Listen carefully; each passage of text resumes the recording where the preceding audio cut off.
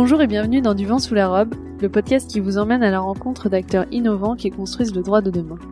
Je suis Laetitia Jacquier et dans cet épisode, j'accueille Eléissa Carrage.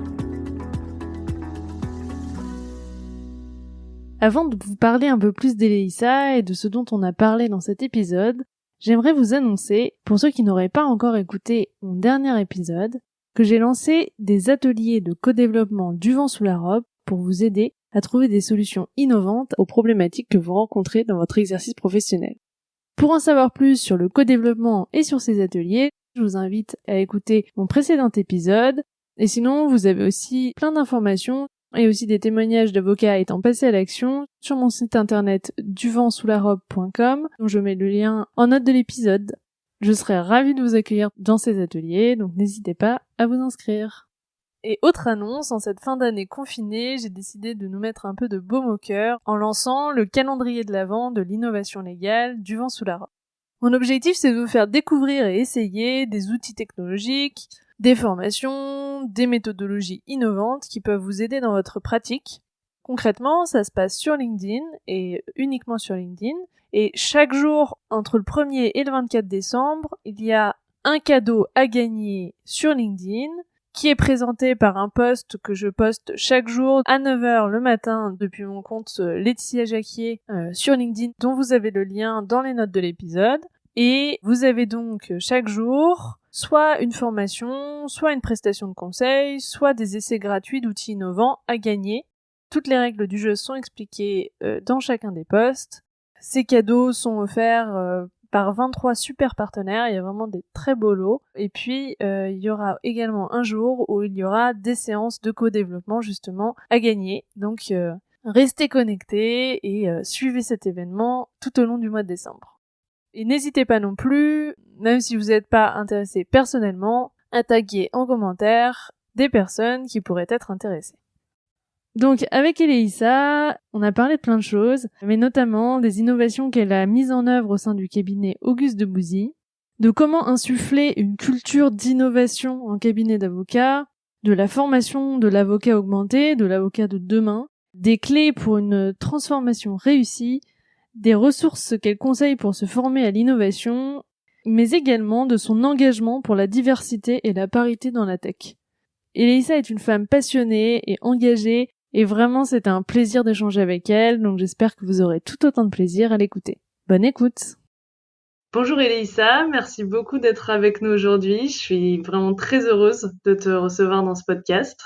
Bonjour Laetitia, merci de me recevoir sur Du vent sur la robe.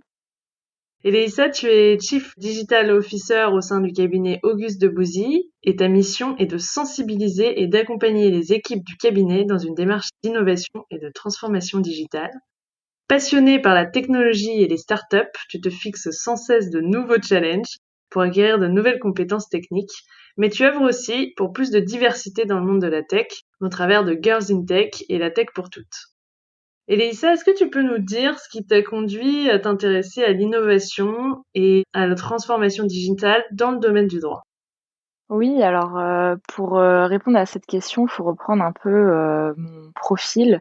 C'est vrai que moi j'ai un profil tech business. J'ai fait une école de commerce, mais aussi une école d'ingénieur donc à Centrale Paris. Donc j'ai toujours eu cette appétence pour les nouvelles technologies, l'innovation. Et donc à l'issue de mes études, j'ai intégré un cabinet de conseil en transformation digitale, mais pour le secteur financier, qui, il y a quelques années de ça, faisait face au même challenge, à mon sens, que le secteur juridique aujourd'hui. Et donc du coup, j'ai travaillé pour par exemple la Banque de France à la direction de la transformation digitale, la Société Générale sur la partie CIB, mais aussi sur la partie retail. Et un jour, j'ai été contactée pour rejoindre les équipes d'Auguste de Bouzy. Et moi, je connaissais pas du tout en fait le milieu du juridique. Donc j'ai commencé à faire mes recherches et ça tombait en même temps que le salon des Legal Tech, donc c'était il y a 2 ans maintenant. Et du coup, j'y suis allée et là, je me suis dit: «Ah oui, quand même, il y a vraiment quelque chose à faire. C'est un secteur qui se transforme» et puis je me suis dit que pour une passionnée d'innovation comme moi, c'était vraiment le dream job, quoi. Donc C'est un beau challenge, effectivement. ouais, c'est comme ça que je suis arrivée chez AD, sans connaître au préalable, en fait, cet univers que je découvre, humblement au jour le jour, d'ailleurs. Et donc, ce qui t'a le plus attiré dans ce poste, c'était le fait que c'était un domaine où finalement il y avait beaucoup de choses à faire, ça représentait un challenge, tout comme c'était le cas pour toi avant dans le domaine financier. Ouais, c'est ça. En fait, moi, je fais souvent le parallèle, avec le secteur financier parce que je dirais il y a 7, 8 ans de ça, on parlait surtout des transformations des banques et assurances. C'était le sujet très à la mode, dans l'écosystème, innovation avec des titres, racoleurs, «Les banques vont-elles disparaître?», «Est-ce la fin du trader? Est-ce la fin du banquier?», voilà et en interne, dans les banques, il y avait des grands projets de transformation et en fait, aujourd'hui, en 2020, c'est une question qui se pose même plus. C'est même un peu obsolète de dire que, les banques, doivent se transformer. Aujourd'hui, elles se transforment à mon sens au même titre que les autres secteurs, mais c'est un secteur qui a déjà pas mal rattrapé son retard. Une grande majorité des gens, checkent leurs comptes sur, leur téléphone. On a beaucoup de néobanques qui sont pas des animaux, bizarres sur le marché. Tu as plein de gens qui utilisent des néobanques, Dia et cetera. Tu peux payer avec ta montre. C'est des usages qui sont vraiment, aujourd'hui, intégrés dans notre vie quotidienne au même titre que Uber, tu vois? Oui, tout à fait. Et en fait, en jetant un coup d'œil sur, l'écosystème, juridique et l'innovation dans le droit, je me suis dit que ça serait très probablement, le prochain sujet, qui ferait, l'actualité du secteur, innovation. Et d'ailleurs là, je pense qu'on y tend de plus en plus. Et qu'est-ce qui a poussé Auguste et Debouzy à créer un poste qui soit dédié à l'innovation, à la transformation digitale au sein du cabinet? Auguste Debussy, c'est un cabinet en fait dont l'innovation fait partie de l'ADN et ça depuis la création du cabinet, donc bien avant mon arrivée. C'est le premier cabinet qui avait lancé des initiatives pour les startups avec le concours Startup qui existe depuis 8 ans. Ou par exemple récemment, on a lancé une offre avec Consensus, donc c'est une entreprise qui fournit des solutions de blockchain. Le fondateur, c'est carrément le créateur du protocole Ethereum, donc c'est pas rien. Et en fait, on accompagne les clients communément avec Consensus sur toutes les procédures de STO. On était les premiers aussi à Vivatech il y a 2 ans, donc voilà, tout ça pour dire que il y avait déjà cette teinte innovation au sein du cabinet. Et en fait, la création de mon poste, ça s'inscrivait dans la volonté d'aller encore plus loin, dans le constat que effectivement le secteur évolue, les attentes des clients évoluent, les clients se transforment et que pour tendre vers une excellence opérationnelle et une optimisation de la relation client, pour être à la pointe de ces sujets-là, il fallait une ressource dédiée pour que ce soit plus un sujet annexe, mais un sujet à part entière intégré à la stratégie du cabinet. Mais c'est vrai que c'est un sujet qui revient souvent sur finalement est-ce que l'innovation doit être menée sans recourir à une personne dédiée? Est-ce que en fait avec la force du collectif on peut arriver à innover, à transformer ou est-ce que il faut vraiment investir dans une personne, une ressource dédiée? Toi, quel est ton point de vue là-dessus? Quels sont les avantages et inconvénients sur ces deux façons de faire Bah, différentes? moi, je dirais que c'est absolument nécessaire d'avoir une ressource dédiée au sujet de transformation et d'innovation. Mais après, ça peut prendre plusieurs formes. Effectivement, si on est un cabinet de 10 personnes, 20 personnes, ça peut être délicat de se dire je vais parmi mes 10 personnes prendre un profil pour nous accompagner là-dessus. En revanche, ce qu'on peut faire quand on est dans cette typologie, c'est de faire appel à par exemple des consultants. Je pense par exemple à Alexis Debord que je connais pas mais que j'ai connu de par ton podcast je sais que lui s'est mis sur ce credo-là. En fait, c'est une manière d'avoir une ressource dédiée, de faire appel à des consultants externes parce que bah, moi je l'ai vécu parce que j'étais dans le conseil moi-même pour les banques. Ça permet d'avoir une personne qui a du temps de cerveau disponible à tes sujets de transformation.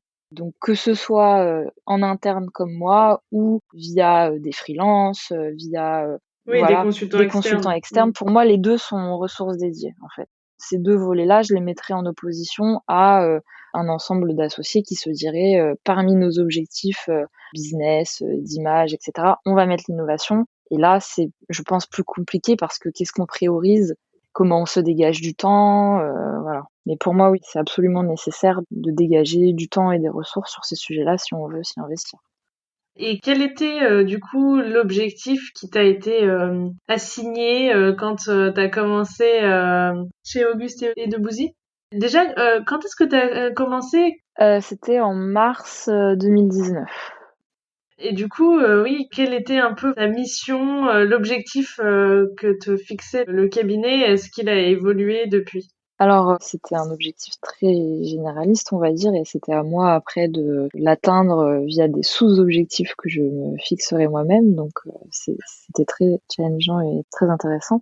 C'était en fait d'impulser déjà l'innovation en transverse au sein du cabinet, mais aussi de augmenter la qualité de service que la technologie peut fournir aux avocats, mais aussi aux fonctions transverses. Et enfin, d'évangéliser les collaborateurs à ces sujets. D'accord. Et après, c'était à moi de trouver comment. Et alors justement, comment? Pour chacun des volets, par exemple, sur les outils technologiques qu'on utilisait, donc j'ai pas mal analysé ce qui existait déjà, beaucoup d'échanges avec les avocats, les fonctions transverses sur certains sujets. Par exemple, c'est des choses que je suis encore en train de faire pour cerner bien les attentes et les besoins de tous.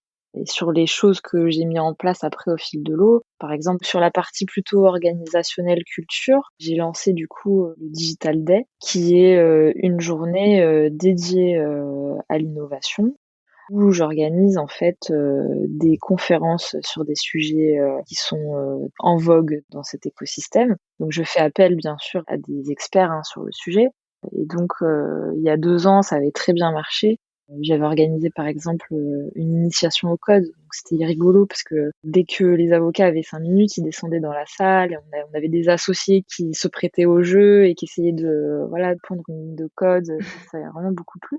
C'était quel langage de programmation? C'était Python? Ah non, non, c'était pas Python, c'était vraiment très basique, c'était du web en fait. C'était sur un format d'1/4 d'heure, open bar, quand les gens ont 15 minutes, voilà, ils descendent et ils prennent un peu de temps pour comprendre un peu ce qu'il y a par exemple derrière un site web. Et puis cette année par exemple sur les conférences, j'ai ajouté l'UX et l'UI. Attends. Est-ce que tu veux expliquer ce que c'est que Oui, l'UX oui, et c'est vrai. l'UI? Ah là là, j'ai un jargon, hein, tu hésites pas à... C'est le jargon tech, on parle du jargon avocat, C'est mais il y a vrai. aussi le jargon C'est tech. vrai, ouais. N'hésite pas à m'arrêter. Je vais essayer d'appliquer un langage tech clair. Claire. Donc l'UX, c'est l'expérience utilisateur. En fait, c'est l'UX et l'UI, c'est le domaine. On peut faire un peu un parallèle avec le legal design finalement. En fait, quand par exemple tu utilises Uber, tu as une personne qui est un designer d'interface ou d'expérience client qui s'est posé la question comment est-ce que je vais faire pour que l'utilisateur comprenne comment commander une voiture. Donc c'est du design. Pour qu'il ait la meilleure Exactement. expérience sur le site, que ça soit le plus simple Ouais, c'est possible pour ça. lui, le plus intuitif, Exactement. etc. Est-ce que si je mets mon bouton à droite, les gens vont plus cliquer que si je mets mon bouton à gauche? Voilà. C'est de l'analyse un peu comportementale Exactement. Ah finalement ouais, aussi. exactement. Mm. D'ailleurs, c'est des domaines qui touchent aux neurosciences. Le but des UX, UI, finalement, quand ils développent des applis, c'est comment faire en sorte que ce soit tellement attractif pour l'utilisateur, pour les réseaux sociaux par exemple, que on va y passer un maximum de temps. Donc, pour illustrer, tu sais, t'as le scroll infini sur les réseaux sociaux. Et alors ça, c'est la meilleure invention dans le domaine parce que le fait que ce soit infini, c'est ça qui fait que tu passes du temps dessus. Oui, parce que tu passes d'un truc à un autre et puis tu descends et tu vois Ouais, plein de c'est choses. ça. Mm. Et d'ailleurs, le designer qui a créé ça, j'écoutais un podcast un jour, donc voilà, je donne un petit tips pour les gens comme moi qui cherchent à paradoxalement parfois se déconnecter. En fait, il préconise de mettre son écran en noir et blanc. Donc moi, mon iPhone est en noir et blanc, qui fait que ça réduit les stimuli sur les applications, etc. Et du coup, ça réduit drastiquement le temps que tu vas passer à te perdre dans les méandres des réseaux sociaux ou C'est Mmh. marrant Mmh. ça. Et donc le fait que ça soit en couleur stimule Mmh. plus que Ouais, c'est en fait, drôle. quand et vraiment moi j'avais testé plein de méthodes, plein de petits trucs, mais alors l'écran noir et blanc pour moi c'est très efficace. Bah écoute, j'essaierai. Tu me diras. Oui. Et donc là, on parlait du X, oui. Donc là, tu avais mis en place un atelier par rapport à ça? Ouais, il y avait des conférences sur ce thème-là, il y avait des conférences sur la cybersécurité, sur le legal design, sur qu'est-ce que l'intelligence artificielle, sur le référencement. Donc ça, par exemple, ça avait très bien marché parce que l'objectif était d'expliquer aux avocats qu'est-ce que le référencement et comment écrire un article pour qu'il soit au mieux référencé. Donc en fait, tu te rends compte que sur tous les sujets, on n'est pas à 100% finalement dans la pure culture digitale, puisque finalement, c'est toujours relié à ton métier. Oui, bah c'est ça qui fait aussi que ça fonctionne, j'imagine, et que ça prend, parce que il faut aussi voir les applications concrètes de ces technologies dans son propre métier pour y trouver de Ouais. l'intérêt et Mm. avoir envie de se plonger un peu plus dedans. Mm.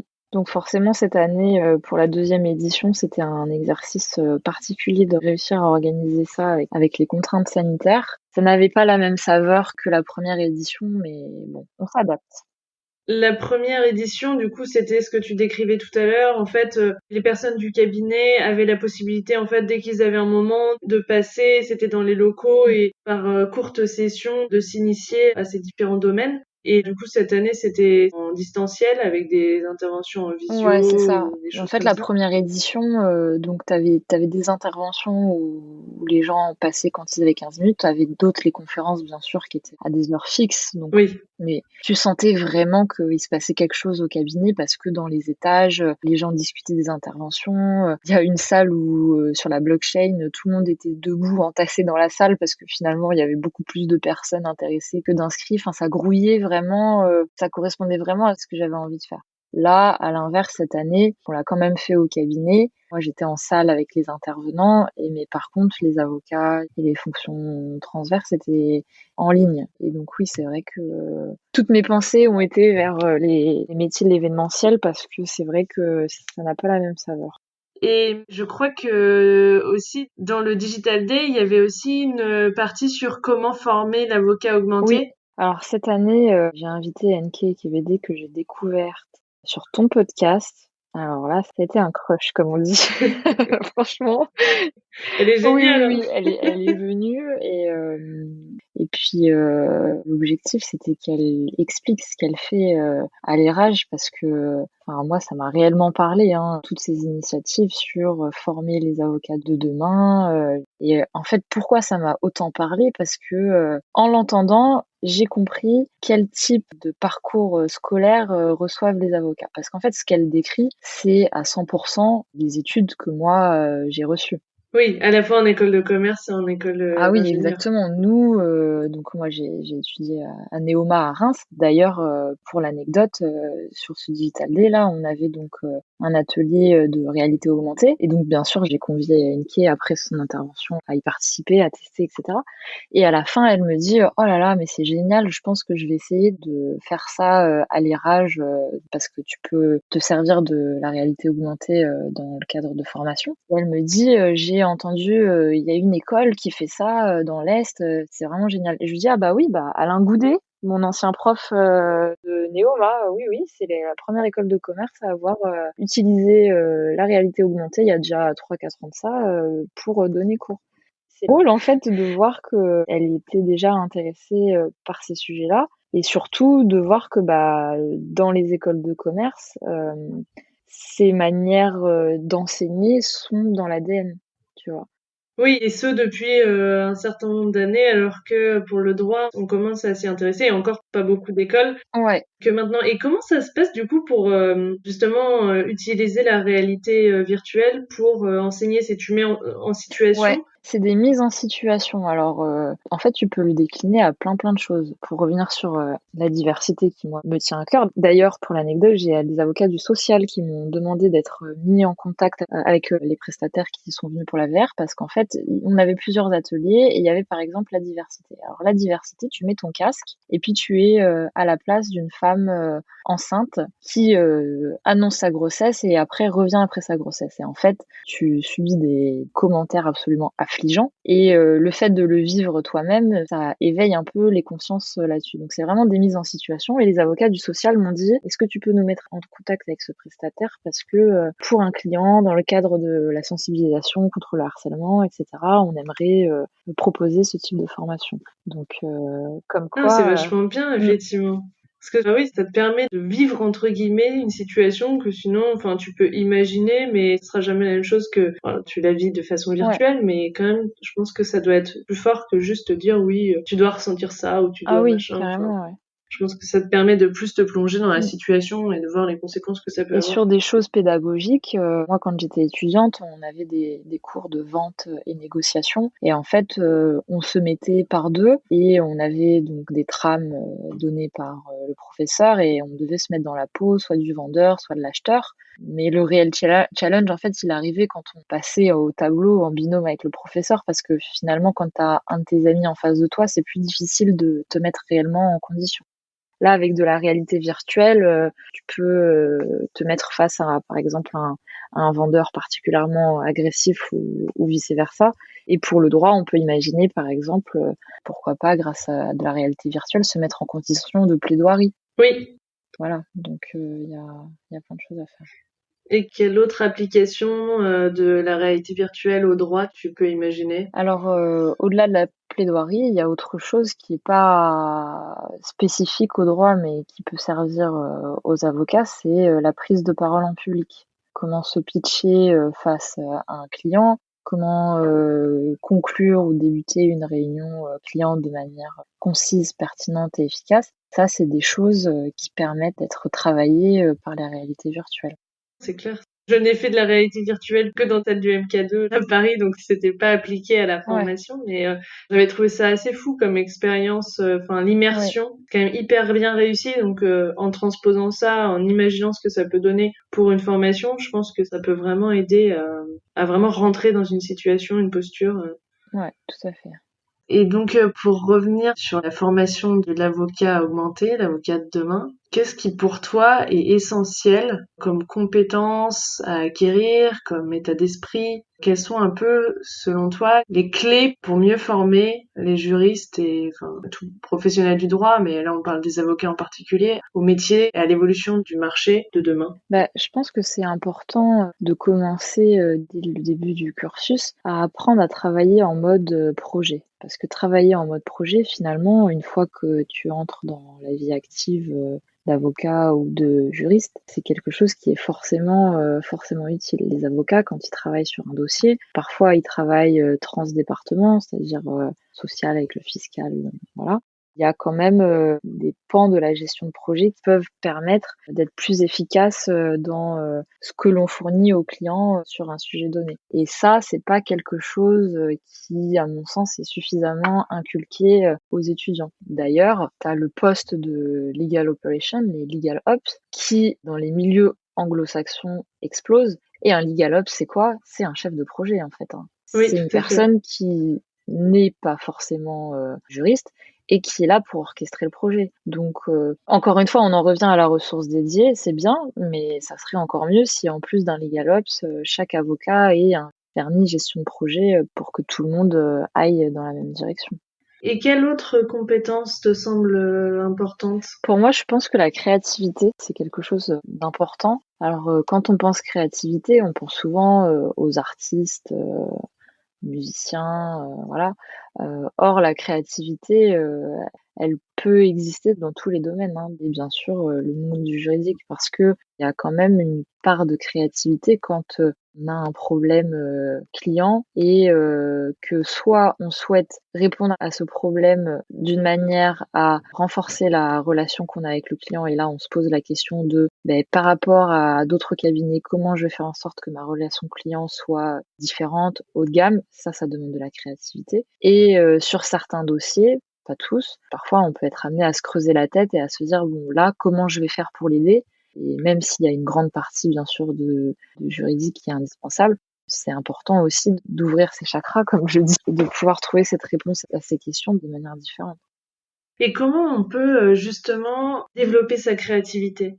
Alors j'entendais, c'était la Dirju de Google, je crois, aux États-Unis, qui disait ça lors d'une conférence. Elle disait, pour développer votre créativité, faites, en plus du droit bien sûr, tout sauf du droit. Soyez barista dans un café, mettez-vous à la data science, à l'art, à la musique. En gros, la créativité, c'est quelque chose qui se développe lorsqu'on sort des sentiers battus. C'est le fameux outside the box. Et en fait, pour sortir des sentiers battus, il faut sortir de ce qu'on connaît. Et c'est pour ça que, pour revenir sur les rages et les universités, si on fait que du droit en université, forcément, on va pas élargir ses horizons. Mais bon, on voit quand même là que sur ces sujets-là, ça évolue pas mal. À Paris, je sais que il y a toute une brique sur des projets en commun, des prix d'innovation. À l'école du barreau de Paris? Oui, à l'école du barreau de Paris, ouais.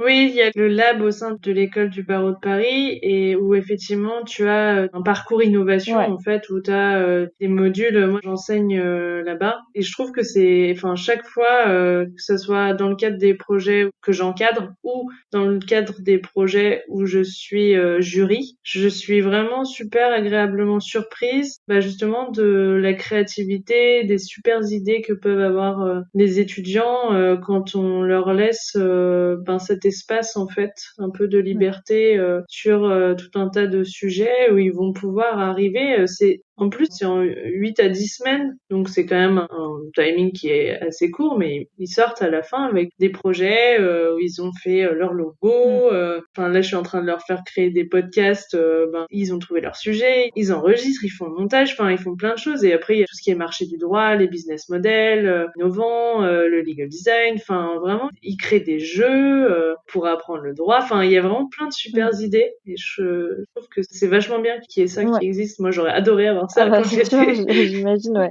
Ouais, c'est pour ça que je le citais, parce que pour le coup, là, on va vraiment dans la bonne direction sur ces sujets-là. Et c'est important que les avocats qui sont déjà en profession soient au courant que voilà, ce sont les évolutions qui aujourd'hui prennent place et c'est vers ça que les étudiants tendent. C'est pour ça d'ailleurs que j'avais invité Enki, parce que je voulais qu'elle explique comment aujourd'hui elle formait des futurs avocats. Quand tu es déjà dans la profession depuis quelques années, je pense que ça permet de te dire ah oui, c'est réel, c'est maintenant. C'est pas juste Oui, Elisa c'est et, ça.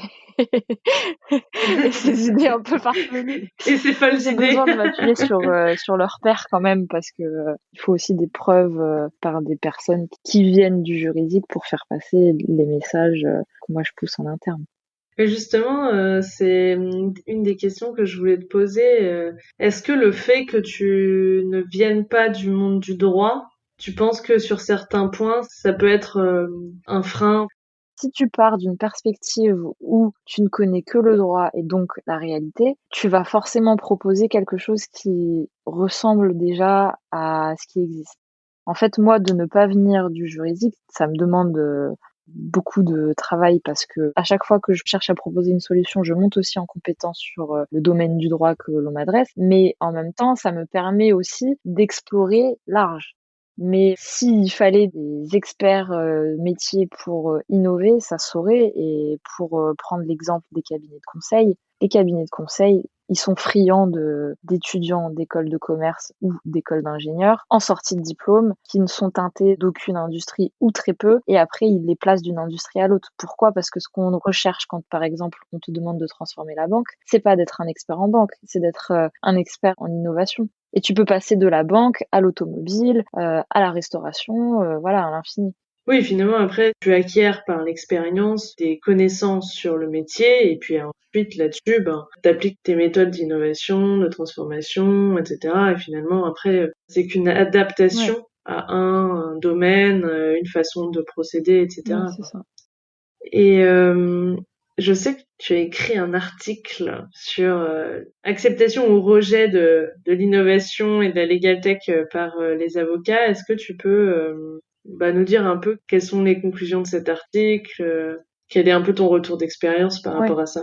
Alors, dans l'article, en fait, le raisonnement que je déroule, je me posais la question de savoir est-ce que spontanément les avocats rejettent l'innovation ou au contraire sont convaincus que voilà c'est une opportunité sur laquelle il faut surfer. Spontanément, quand on en parle, même moi, quand j'en parle à des non-initiés, ce qu'on me dit, c'est ah mais je pense que les avocats, c'est des sujets qui les intéressent pas, ils se sentent menacés par les legal tech, voilà, ce genre de préjugés. J'ai voulu un peu de mon expérience, hein, parce que je pense que chacun a une expérience différente, mais démêler un peu tout ça. Et en fait, moi, ma conclusion, c'est que, à mon sens, il n'y a pas de rejet de l'innovation. La preuve en est, hein, de par toi, ton podcast et toutes les personnes que tu as pu déjà interviewer, moi, mon poste et ce que je vois aussi dans mon entourage professionnel. Mais il y a plutôt des difficultés qui font que l'adoption de l'innovation est plus compliquée.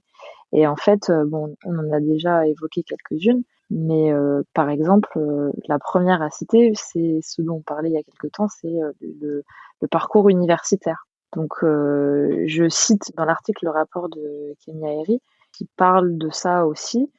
Sur l'avenir de la profession Oui, d'avocat? exactement, sur l'avenir de la profession d'avocat et qui dédie pas mal de pages à une observation sur les universités. Donc je pense que la première barrière, c'est ça. C'est difficile quand tu es en poste depuis quelques années et que en plus, même en tant qu'étudiant, tu n'as jamais été mis en contact avec des remises en question de tel type de pratique ou des expérimentations juste pour expérimenter et si ça marche pas, c'est pas grave. C'est toute une culture quand même, hein. Donc c'est normal que l'adoption de l'innovation ou des legal tech, elle se fait doucement. Après, pour moi, la deuxième difficulté, c'est le temps, en fait. On est dans une profession qui, pour la plupart, est quand même rémunérée sur la base d'honoraires, donc d'heures facturées. Et ça peut être difficile de se dégager du temps à la réflexion de ces sujets. Déjà, si c'est un terrain nouveau pour nous, et en plus, si on a l'impression que c'est plus un manque à gagner qu'une opportunité. Oui, c'est ça. Et là, on en revient sur les ressources dédiées. C'est plus facile de te dire je vais faire un point de temps en temps avec Elisa et c'est elle qui s'occupe de cette stratégie en interne et quand j'ai un peu de temps voilà j'avance avec elle que de se dire bon aujourd'hui je ne travaillerai pas du tout sur mes dossiers donc Je vais rien voilà je vais rien facturer. facturer, je vais avoir du retard sur ce que je dois rendre à mon client et me poser sur l'innovation. Donc le temps pour moi c'est une variable, c'est une grande barrière à l'entrée. Et est-ce que tu penses que les cabinets d'avocats et leur fonctionnement est quand même vraiment construit autour de la facturation? Alors il y a différents modèles, hein. Pour certains c'est encore à l'heure, pour d'autres c'est des forfaits, pour d'autres c'est des abonnements, pour d'autres c'est un mélange un peu de tout ça. Mais est-ce que tu penses que ce mode de fonctionnement autour de la facturation, des objectifs de facturation, enfin tout ce qui n'est pas facturable et du coup un peu moins mis en avant, voire beaucoup moins, est-ce que ça, tu penses que ça constitue un frein justement à l'innovation, à la transformation du modèle existant?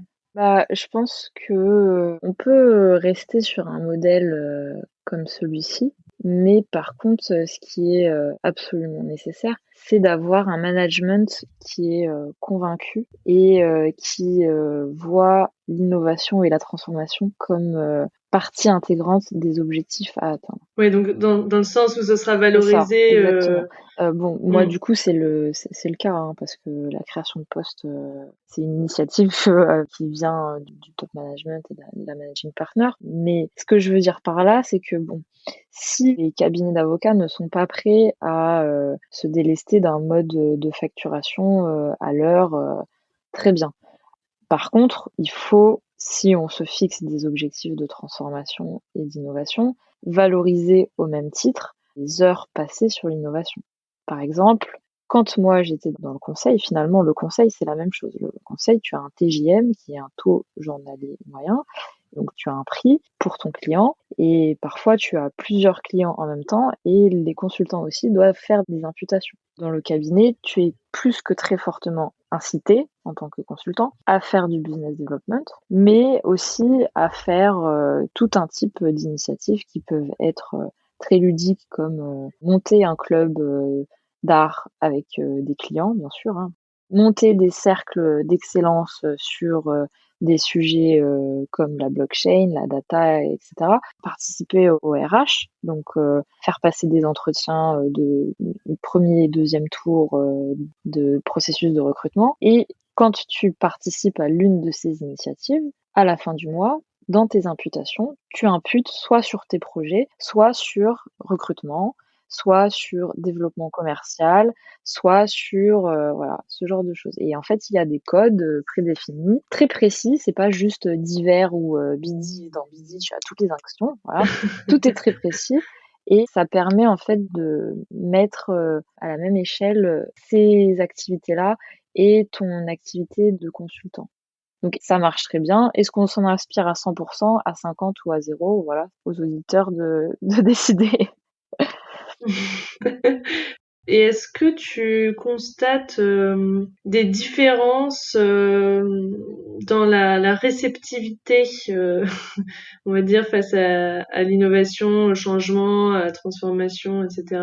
Par génération, par, je sais pas, est-ce qu'il y a un type de profil particulier qui est plus engagé dans toute cette démarche? Mon rapport d'étonnement, c'est qu'en fait, pas réellement. C'est vrai que en arrivant chez Auguste de Bouzy, je me suis dit bon, à mon avis, les associés qui exercent depuis pas mal d'années vont être réticents et les jeunes, voilà, par dichotomie, vont être totalement convaincus. En réalité, c'est beaucoup plus nuancé que ça. C'est-à-dire que parmi les associés, on a des associés qui exercent depuis vraiment longtemps et qui sont passionnés par ces sujets-là. Ça les intéresse, ils sont force de proposition. S'ils avaient plus de temps, c'est sûr qu'ils s'impliqueraient davantage que ce qu'ils le font actuellement. Par exemple, je repense à le Digital Day, la première édition sur Décode ton code. Voilà, ça a vraiment éveillé des curiosités et des vocations. Du côté des jeunes avocats, moi je pensais que ça serait homogène et que tout le monde serait embarqué à fond, etc. Ben, encore une fois, c'est très nuancé. On a des jeunes avocats qui pensent que de toute façon c'est obligatoire. Et puis d'ailleurs, j'ai aussi pas mal de collabs qui me disent que les legal tech en réalité ça aide plus les collabs que les associés parce que ce sont en majorité des solutions qui te permettent de te dégager d'opérations qui finalement sont faites plutôt par les jeunes avocats que par les associés. Oui, tout à fait. Donc ceux qui comprennent ça, encore une fois, on en revient à pour convaincre quelqu'un, il faut lui dire voilà comment ça va te servir. Hein. Oui, c'est ça. Quel bénéfice tu vas en retirer? C'est ça, exactement. Donc ceux qui comprennent ça sont intéressés. On a aussi des personnes qui sont un peu geeks, voilà, de manière personnelle. Mais là où j'ai été un peu surprise, c'est qu'on a aussi des jeunes avocats qui, eux, ont cette image qu'ils ont entretenue lors de leur parcours universitaire de l'avocat. C'est comme ça que ça se passe. Et maintenant qu'ils y sont, bah, ils ont envie de perpétuer ce qu'ils avaient imaginé lorsqu'ils étaient... Oui, ce fantasme un peu sur la profession Ouais, d'avocat et l'exercice dont ils ont rêvé exactement. pendant leurs Ouais. études. Et du coup, là, il y a des résistances. Donc c'est vrai que là, j'étais surprise là-dessus, que ce soit pas aussi tout noir ou tout blanc que je l'avais imaginé. Mais tant mieux, hein. C'est vrai que c'est ce que tu dis dans ton article et c'est aussi ce que disait Mm. Enke KBD disait qu'en fait quand elle a lancé l'école de l'innovation au sein de l'ERAGE, elle pensait que vraiment il y aurait une adoption massive à ces nouveaux enseignements et en fait c'est exactement ce que tu dis sur le côté en fait on a imaginé une profession et en fait là on arrive et on nous dit que en réalité il faut tout changer. Mm. Enfin, je caricature, hein, mais dans l'idée, enfin que ça transforme la façon dont on a imaginé notre métier et du coup avec parfois beaucoup de Mm. réticence. Mais tu disais que quand tu as mis en place cette initiation au code, il y a eu des gens pour qui ça a suscité vraiment une curiosité. Est-ce que derrière, tu sais si il y a des personnes qui sont allées plus loin, qui ont vraiment commencé à apprendre à coder? Est-ce que ça a derrière poussé à mettre en action sur ce point ou un autre des sujets que tu as abordés? Alors sur le code, J'ai une avocate du département brevet qui m'a envoyé un message pour me dire qu'elle n'était pas disponible sur le créneau du code de la 2e édition du Digital Day et que ça lui avait déjà bien plu la première fois et elle me demandait est-ce qu'il va y avoir un replay, etc. Et pour le coup, non, parce que là, c'était interactif, c'était pas des conférences. Donc moi, ce que je lui ai dit, c'est si tu veux, je me prends 3 heures et puis je t'explique les grandes lignes. En plus, on ira beaucoup plus loin parce que eux, c'était des sessions de 15-20 minutes sur du web, alors que là, on peut faire quelques langages ensemble. Et elle m'a dit, ah bah écoute, franchement, si on fait ça, on se prend une salle et moi, je suis sûre que dans mon département, il y a quelques personnes qui seront intéressées aussi. Donc, il y a quand même l'envie. Ouais, cette volonté Il y d'aller a plus cette loin. volonté d'aller plus loin, mais encore une fois, on en revient au temps. C'est-à-dire que il suffit que sur ce créneau-là, tu aies un mémo à rendre ou une plaidoirie et que tu ne participes Ouais, pas, une urgence. t'attends l'année prochaine ou que je me dégage un peu de temps pour faire une session Ouais, perso, c'est quoi. ça. Mais sur la partie aussi legal design, je sais qu'il y a des gens qui ont demandé des ressources en fait. Donc j'ai envoyé ton podcast d'ailleurs. J'ai envoyé ton podcast, j'ai envoyé des articles, des vidéos sur YouTube. Donc moi en fait, je tends une main. Ceux qui veulent s'arrêter à là, c'est très bien parce que c'est déjà beaucoup. Oui. Et après ceux qui veulent creuser sur d'autres sujets, lancer un projet, etc.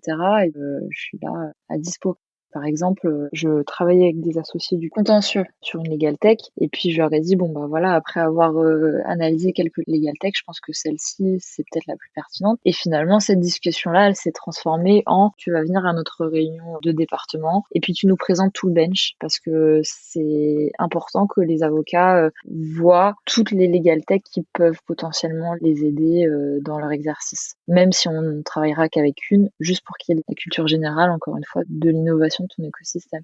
Et en fait, ce modèle-là, c'est quelque chose que je vais répliquer à tous les départements, à chaque département, de fond en comble, retourner l'écosystème, les outils, les bonnes pratiques, et puis après, en réunion de département, ressortir la big picture de ton domaine du droit et comment l'innovation peut l'optimiser. Ouais. Et donc là, quel type d'outils vous avez présenté? Alors à la base, on amorçait une réflexion sur tous les outils d'e-discovery et de forensic. Et du coup, il y a beaucoup d'acteurs, il y a des acteurs traditionnels, il y a des acteurs beaucoup plus récents. Et en fait, ils se sont rendus compte que ah oui, mais il y a quand même beaucoup plus d'acteurs que le premier qui les avait contactés. Et c'est de là qu'est venue l'idée de plutôt que d'aller voir les avocats et de leur dire bon, à partir de maintenant, utilisez cet outil, de leur dire on va utiliser cet outil, mais regardez ce qui existe dans l'écosystème, les plus, les moins. Donc en fait, je vais vraiment leur restituer toute l'étude de marché que j'ai fait de mon côté. Ouais, pour pouvoir vraiment choisir l'outil qui sera le plus adapté à leurs C'est ça. besoins. Pour choisir, mais surtout pour qu'ils aient conscience de la multitude d'acteurs qui existent et surtout Oui, si un jour ils entendent le nom d'un de ces acteurs, qui ne débarquent pas, quoi. oui, c'est ça. C'est vraiment aussi une question de culture finalement de l'innovation. Et quels outils digitaux vous utilisez au sein du cabinet? Qu'est-ce que tu as mis en place pour aider les avocats dans leur Ouais. quotidien, leur faire gagner du temps? Alors, par département, par exemple, au corporate, on a lancé une expérimentation sur un outil qui intègre de l'intelligence artificielle et qui peut aider dans le cadre des processus de due diligence et donc d'audit de revue documentaire pour les clients. Donc, on a formé un échantillon d'avocats là-dessus sur des dossiers en conditions réelles. En fait, l'objectif était de se dire bon bah combien de temps on peut gagner en s'appuyant sur de l'intelligence artificielle dans la revue documentaire et quelle valeur ajoutée on peut fournir à nos clients en s'appuyant sur ce type d'outil. Et là, en fait, on en est dans la phase où on se rend compte que ces revues documentaires, en fait, elles peuvent être réalisées sur d'autres domaines que le corporate. Et là, donc, je vais adresser ça à d'autres départements, voir si eux aussi peuvent gagner à utiliser ce type d'outil. C'est un outil qui te permet d'extraire des informations, des documents que tu analyses? Ouais, en fait, tu as une plateforme, bien sûr en accord avec le client, tu déposes les outils. Parfois, c'est même connecté directement à la data room du client. Donc, elle récupère les documents que le client te demande d'analyser. Et en fait, ça t'aide à analyser, ça te fait des graphiques. C'est très visuel. C'est encore une fois, c'est de la data science. Donc, tu as tant de documents en français, tant de documents en anglais. Voici les clauses qui ressortent le plus. Et donc, tu as vite une image en fait de ta data room. Et après, bien sûr, la machine ne remplaçant pas l'avocat, c'est à toi d'aller chercher les infos qui vont bien, mais ça permet au moins de se délester un peu de cette phase de tri qui peut être laborieuse. Oui, donc ça te permet en fait d'avoir une vision globale de ce qu'il y a dans ta data room, mais après sur l'analyse de chaque document, en revanche ça reste fait manuellement. Alors, il y a une partie qui se vend être faite par la machine, c'est-à-dire qu'ils vont te dire, bon, là, il y a une anomalie, il y a une anomalie. Mais en réalité, effectivement, l'avocat, il engage sa responsabilité, en fait. Donc, à partir du moment où il engage sa responsabilité, même dans le jour où on vendra l'outil le plus performant du monde, tu auras du mal à empêcher, voilà, l'avocat de vérifier, et encore heureux, et c'est bien normal. Bah oui, c'est clair.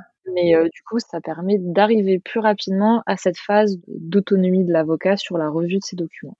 Je te pose cette question parce que moi, j'ai fait beaucoup de due diligence. Alors moi c'était sur des projets d'énergie, enfin principalement des projets d'énergie renouvelable. Et il y a toujours une trame qui revient d'informations qu'il faut que tu extrais, par exemple sur toute la partie réglementaire. Est-ce qu'on a bien eu les autorisations pour, si c'est un parc éolien par exemple, construire ton parc, pour l'exploiter, sur les autorisations électriques, etc. Et donc en général, du coup, t'étais obligé d'aller regarder, sortir le numéro des permis de construire s'il y en avait. Enfin, tu vois, il y a des choses qui n'ont pas une valeur ajoutée. Ouais. C'est intellectuellement pas hyper stimulant, mais t'es obligé de le faire. Et je me demandais si le type d'outil dont tu parlais permet justement d'apprendre, parce que c'est du machine learning aussi derrière, à la machine à identifier certaines informations pour te les extraire. Ouais. Et ensuite, tu vois, te faire gagner du temps sur ce genre de choses où là, c'est pas de l'analyse, tu vois, c'est plus du recensement d'informations. Alors bien sûr, il y a ce volet-là d'apprentissage supervisé. Et en fait, on a fait 1, 2, 3 projets et les avocats constatent que plus on avance, plus c'est performant. Mais pour revenir aux barrières que je citais tout à l'heure sur le temps, pour éduquer une machine, il faut se poser et lui apprendre. Et en fait, c'est un peu le serpent qui se mord la queue parce que le jour où on a un dossier, on a envie que la machine soit au top du top de ses capacités d'apprentissage et qu'elle ait reconnu tout ce qu'on lui avait montré la première fois. Pour arriver à ça, il faut, en dehors d'un dossier, s'accorder le temps d'apprendre la machine sur un faux projet. Mais en même temps, quand on n'a pas de réel projet, on n'a pas envie de se dégager du temps à faire un faux projet. Donc c'est Oui, mais pour avoir des vrais retours, il faut prendre ce temps voilà, c'est ça. pour éduquer la machine. Ouais. C'est surtout au début, parce que si tu as beaucoup de types de projets qui sont similaires, finalement, une fois que tu as bien éduqué ta machine, après ça roule, quoi. C'est sur les premiers temps où là, il faut vraiment passer du temps. Après, tu continues à la nourrir, etc. Mais Ouais, tout à fait. Et est-ce que vous utilisez aussi des outils d'automatisation, par exemple, de trame de contrat Alors ça, j'ai commencé à m'y pencher récemment et il y a de plus en plus d'acteurs qui se positionnent là-dessus. Donc j'en suis encore à la phase où je benchmark avant de mettre des avocats dans la boucle pour tester en conditions réelles avec eux. Mais ça, c'est en cours, oui, parce que si les résultats sont à la hauteur des promesses, ça peut être quelque chose de très très intéressant, hein. Donc Ouais, je c'est ça. creuse. Et est-ce qu'il y a d'autres outils que tu aimerais mettre en œuvre et qui, selon toi, pourraient vraiment apporter quelque chose aux Alors, équipes? ouais, bah au-delà des outils là, c'est plus sur l'organisationnel, c'est sur les sujets de legal design. Donc là, ça c'est vraiment quelque chose sur lequel j'ai envie qu'on se penche et on va le faire. Et en fait, on devait le faire depuis déjà avant le confinement, mais malheureusement, ça nous a un peu coupé l'herbe sous le pied. J'espère que vous arriverez à le mettre en place. Oui, tout à fait. Et est-ce que vous avez d'autres projets, justement, qui vous tiennent à cœur pour l'avenir? Là, je réfléchis beaucoup sur toute la relation client. Et donc, ça embarque pas mal et d'outils et de process et d'intervenants. Donc là, depuis le mois de septembre, j'ai lancé un cadrage sur tout ce chantier-là où j'analyse, par exemple, l'utilisation du CRM par les assistantes, par les associés, par les collabs, par les fonctions BD. Je suis en train de creuser un maximum sur les besoins que chacun de ces métiers ont, les aspirations, ce qu'ils aimeraient avoir en plus. Encore une fois, j'essaye un peu là d'avoir une idée claire et précise à la fois des attentes, des besoins, mais aussi de notre existant pour, sur 2021, lancer un grand chantier déjà de réponse à ces besoins-là et d'amélioration de notre existant qui peut-être débouchera sur des changements et remplacements de ce qu'on a aujourd'hui.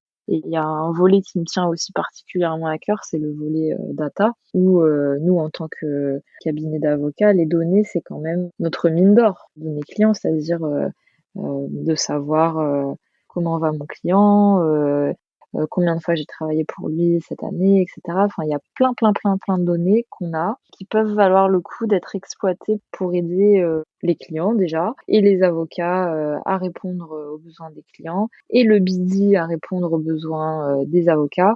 Donc ça, c'est un grand chantier que je vais lancer en 2021 avec une brique de data science et de business intelligence. Donc voilà, ça c'est un roadmap 2021.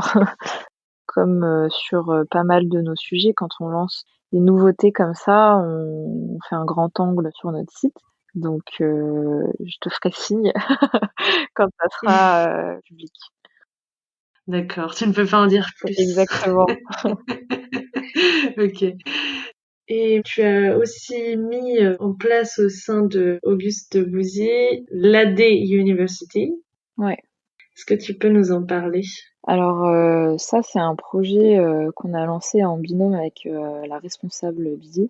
En fait, moi, l'idée, c'était de me dire que j'avais envie, tout au long de l'année, en plus du Digital Day, une fois par mois, enfin une fois toutes les 3 semaines plutôt, de proposer un contenu soit sur des soft skills, soit sur de la culture digitale, pour que les avocats puissent s'imprégner de ces sujets-là et que tout cela infuse sur l'année, plutôt que de faire juste un gros coup au mois de septembre et de laisser mourir un peu les sujets. Oui. Et donc, en discutant, côté BD, elle s'est dit que effectivement, ça serait intéressant aussi d'appliquer le même raisonnement à ces sujets. Donc, on a monté ça, donc le Auguste de Bouzy Université. Et chaque mois, on propose un contenu. Donc moi, j'ai à ma charge les soft skills et la culture digitale, et elle, les sujets de business development. Et on fait ça entre midi et deux, avec des intervenants que chacune on a sélectionnés en amont et des thématiques qu'on a sélectionnées en amont. Et ça prend pas de temps en théorie parce que c'est sur la pause déjeuner, donc tout le monde ramène son déjeuner. Voilà, encore une fois, il faut réfléchir à un format qui allège au plus les avocats si on veut les avoir parmi nous. Donc chacun ramène sa salade, son sandwich, et puis ça dure 1 heure et demie. À la fin, il y a de l'échange et entre les personnes présentes et avec l'intervenant. Et oui, c'est quelque chose qui a beaucoup plu. Et d'ailleurs, pendant le confinement, j'ai fait la version ADU at home. J'ai continué à proposer du contenu cette fois à distance. Et comme pour le Digital Day, c'était frustrant d'être à distance, mais on a eu par contre beaucoup plus de participants que d'habitude. Beaucoup plus. Oui, parce qu'il y avait plus de temps de Ouais. présence. Et tu avais mis en place un atelier sur data et intelligence artificielle Ouais. qui avait bien plu. Est-ce que tu peux nous dire en quoi ça Ouais. consistait? Alors l'idée c'était un peu de démystifier tout ça, d'expliquer qu'est-ce que l'intelligence artificielle, qu'est-ce que la data science. Et en fait, avec les intervenants, on avait travaillé en amont de manière à proposer un contenu qui colle à la réalité des juristes et qui puisse leur permettre de mieux comprendre. Donc en fait, à la fin de son intervention, il allait sur Légifrance et il leur a dit, bon, bah maintenant, je vais vous coder un algorithme de prédiction de qu'est-ce qui sera intéressant pour moi ou non d'articles sur Légifrance. Et puis, il a fait ça de manière très basique et très simple, en déroulant au fur et à mesure de son intervention. Et en fait, ça avait vraiment beaucoup plu parce que l'objectif était d'expliquer de manière simplifiée comment fonctionnent les doctrines, les prédictices, et de leur dire quand vous utilisez ce type d'outil, en réalité, voilà ce qui se passe derrière, dans les grandes lignes. Ouais. Et là, tu démystifies complètement et ça te paraît beaucoup plus concret Ouais. sur comment ça fonctionne et qu'est-ce que ça peut du coup t'apporter, toi, dans ton quotidien d'avocat. Exactement. Et est-ce qu'il y avait d'autres sujets que vous avez abordés dans le cadre des AD University? La cybersécurité aussi. Il y avait pour moi quand même une importance de donner quelques clés pratico-pratiques pour se protéger et protéger nos clients. Et surtout prendre conscience et encore une fois se mettre à jour sur le champ lexical de la cybersécurité aujourd'hui. Voilà. L'objectif, c'était encore une fois de à la fois donner des clés, Donc comment je fais, par exemple, si je suis dans le train, les choses à éviter. Et aussi mettre un peu à la page sur tous les buzzwords qu'on entend en cybersécurité aujourd'hui. Pourquoi pendant le confinement, il faut être vigilant sur le phishing. Ok. Et tu parlais tout à l'heure du programme Start You Up Ouais. qui a été mis en place il y a quelques années. Est-ce que tu peux nous dire ce que c'est et pourquoi ça a été mis en Ouais. œuvre, quel était un peu l'objectif, la stratégie derrière ça? Alors du coup, le programme Startup, donc là c'est la 8e édition. C'est un concours qui est ouvert aux entrepreneurs et en fait on sélectionne 5 startups qu'on accompagne à un tarif préférentiel pendant un an. Donc les lauréats ont un mentor ou une mentor qui est un ou une associée du cabinet. Et on les invite à des événements, enfin, ils font vraiment partie intégrante d'une promotion et on essaye au maximum en fait de les emmener au niveau supérieur. Ça a été créé parce que on est bien conscient que les startups c'est quand même les bâtisseurs du monde de demain et si à notre échelle, via l'accompagnement juridique, on peut participer à tout ça, c'est forcément intéressant. Et en plus de ça, cette année, ce que j'ai ajouté aussi, c'est carrément des conférences organisées par des avocats gratuites aux entrepreneurs, mais cette fois, sans distinction de niveau de maturité de leur projet. Vraiment, c'était ouvert à tous en présentiel, en respectant les gestes barrières. Mais là, l'idée pour moi, c'était vraiment de pousser et d'aller encore plus loin dans l'accès aux droits pour tous. Et donc, parmi les conférences que tu as mises en place, il y avait quoi comme thématique? Alors, on avait une thématique sur les levées de fonds et pacte actionnaire. On avait une thématique sur le droit social, donc embaucher ses premiers collaborateurs, les choses à avoir en tête. Il y avait une conférence sur le RGPD et une autre sur les bonnes pratiques lorsqu'on lance une application ou un site internet. Donc, c'est par rapport au point de vigilance qu'il faut Ouais, avoir. tout à fait. Ok. Et quelles sont selon toi, avec ton retour d'expérience, les clés de succès pour justement arriver à insuffler de l'innovation, une culture de l'innovation, parce qu'on en a Ouais. parlé, c'est important, et accompagner une vraie transformation Mm. dans le cabinet? Bah, on en parlait tout à l'heure, pour moi, il faut avoir une ressource dédiée, que ce soit en interne ou en externe, hein. Ensuite, la condition sine qua non, c'est quand même, d'avoir un management qui est convaincu. Parce que, si le top management, est pas embarqué, c'est impossible de faire valider un projet pour des raisons budgétaires, mais aussi pour des raisons culturelles. Moi, c'est quelque chose j'ai la chance d'avoir, la managing partner, donc Massi Razavi, qui est vraiment, portée sur, ces sujets, qui est curieuse, qui, pousse, à ce que les projets soient adoptés. Donc c'est un joker que j'essaye d'utiliser avec parcimonie, mais c'est une vraie aide et ça fait clairement la différence parce que l'inverse ne serait pas possible. Comment dégager du budget? Comment dégager du temps? Des avocats? Comment dire à des associés, bah si, là les avocats ils vont passer un petit peu de temps avec moi. Et pour moi, le troisième facteur clé de succès, ça serait quand même les équipes multidisciplinaires. Pour moi, c'est fondamental quand on innove. On a besoin de diversité de profils, de culture, d'âge, de cursus. Et d'ailleurs, dans les pays anglo-saxons, on parlait des legal operations tout à l'heure, les legal ops, il y a beaucoup de discussions autour des diversités de cursus. Il y a la culture des general counsel qui très souvent ne sont pas des avocats, d'équipes mixtes avec donc ces chefs de projet. Donc c'est quelque chose qui vient de plus en plus se déporter en Europe aussi. Et quand tu parles d'équipes multidisciplinaires, tu parles d'intégrer aussi des personnes qui n'ont pas un background juridique? Oui, bah par exemple, on parlait de legal design tout à l'heure. On peut imaginer, pourquoi pas, d'avoir des designers auxquels on refile une partie du projet qui est une fois que j'ai terminé ce projet sur lequel j'ai passé des dizaines d'heures carrées là-dessus, est-ce que on peut collaborer ensemble pour que le fond que j'ai blindé et je suis sûre que j'ai protégé mon client et que j'ai cherché la moindre faille. Est-ce que tu peux m'aider sur la forme pour en faire quelque chose de digeste? Et oui, ça peut être ce type de profil. Et quel autre type de profil tu imaginerais? Ben, en fait, il y a un département que j'affectionne particulièrement au sein du CAP, c'est le département brevet. J'étais sûre que tu allais me C'est dire vrai? ça. Ah ouais.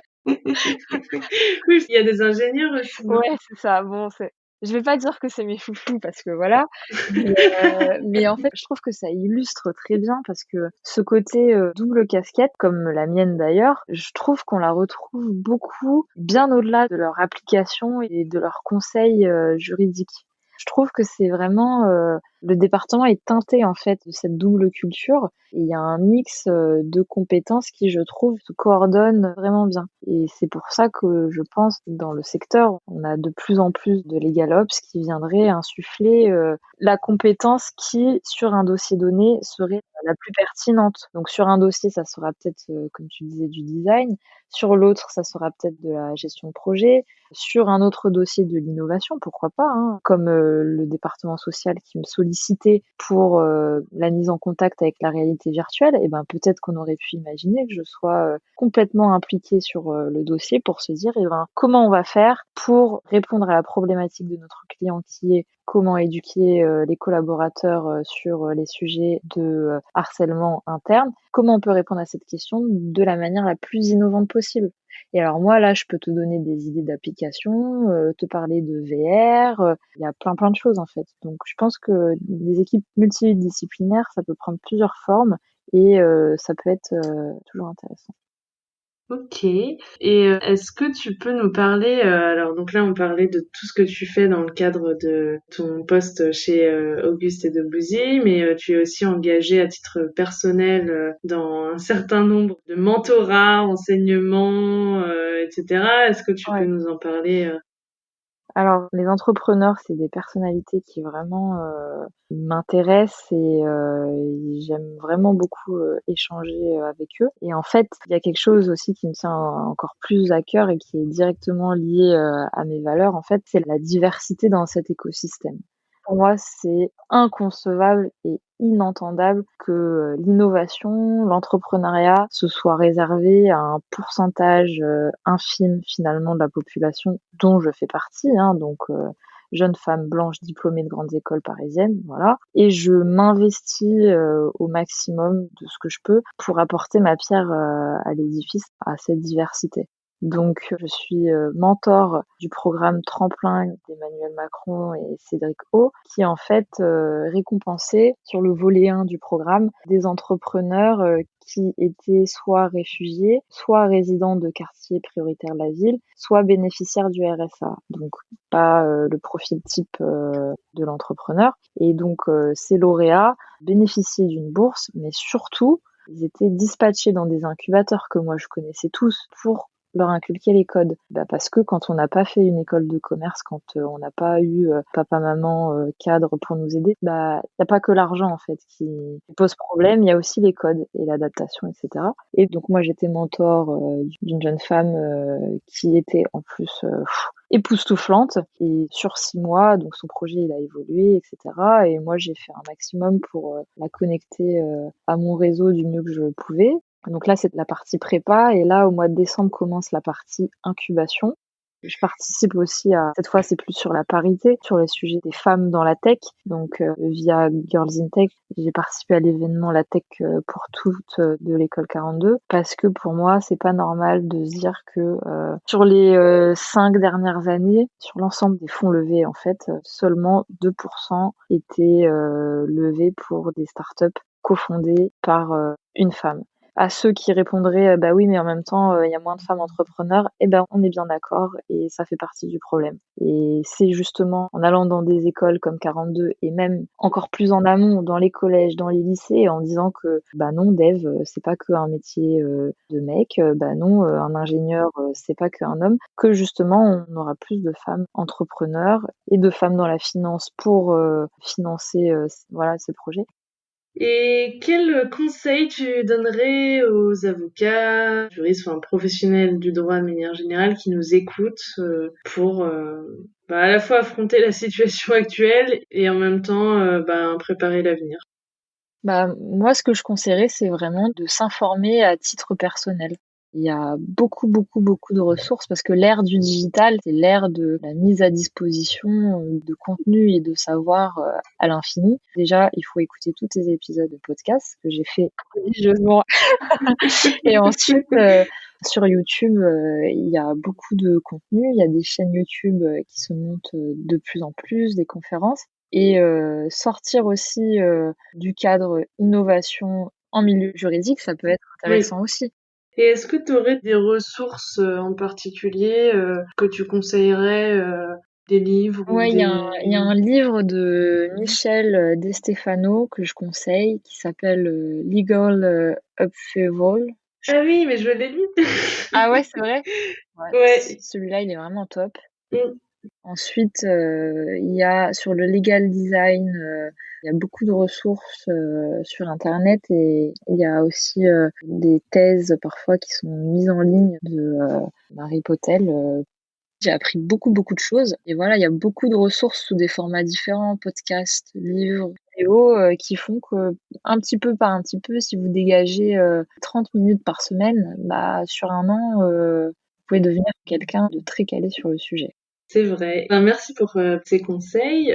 Sur quelle note tu voudrais terminer l'interview? Ah bah sur une note d'espoir, c'est vrai que c'est une période qui est compliquée professionnellement et je pense personnellement pour tout le monde. Et ben profitons de ça pour s'élever, pour se former, participer à l'effort collectif. C'est vrai. Bah, écoute, un grand merci Elisa. J'étais vraiment très heureuse de discuter avec toi de tous ces sujets. Bravo aussi pour ce que tu fais et ton engagement. Bah merci beaucoup Laetitia, puis j'espère qu'on pourra rapidement se voir. Oui, avec plaisir. Merci beaucoup et puis à bientôt. À bientôt Laetitia, au revoir. Voilà, c'est terminé pour aujourd'hui. J'espère que l'épisode vous a plu. N'hésitez pas à me faire des retours sur cet épisode, me dire si ça vous a aidé, si vous trouvez que c'est intéressant, si le format vous plaît. Si le podcast vous plaît, n'hésitez pas à me mettre une très bonne note, de préférence 5 étoiles sur iTunes, ça m'aidera beaucoup, et à parler du podcast autour de vous. Si vous avez des questions, ou si vous voulez donner votre avis, ou si vous avez envie de partager votre point de vue sur tous ces sujets d'innovation, n'hésitez pas. Vous pouvez le faire sur les pages du vent sous la robe sur les réseaux. Donc, il y a une page sur Instagram, une page sur Twitter, une page sur LinkedIn, une page sur Facebook. Et sinon, sur le site internet, sur la page dédiée à chaque épisode, vous avez la possibilité de laisser des commentaires. C'est vraiment fait pour ça. Ça peut être très intéressant de débattre sur ces sujets. Donc, n'hésitez pas. Et sinon, je vous donne rendez-vous dans 15 jours pour le prochain épisode. À bientôt!